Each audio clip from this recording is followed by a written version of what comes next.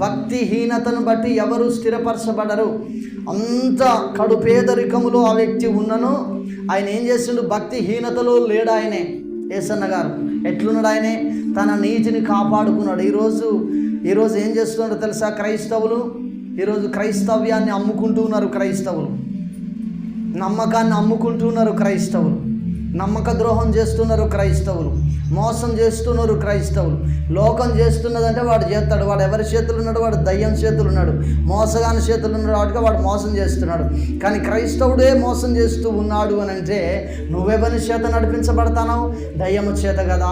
నువ్వు స్థిరపడాలి అంటే నువ్వు భక్తిహీనతలో, నువ్వు అబద్ధాలు ఆడుకుంటా, నువ్వు మోసం చేసుకుంటా, నువ్వు దేవుని సన్నిధిని దొంగిలించుకుంటా, 6 నెలలకు ఒక రోజు ప్రార్థనకు వచ్చుకుంటా, లేకపోతే ఇంకా వివిధ రకాల భక్తిహీనతలు ఉంటాయి. దైవజనమా, వివిధ రకాల భక్తిహీనతలు ఉంటాయి.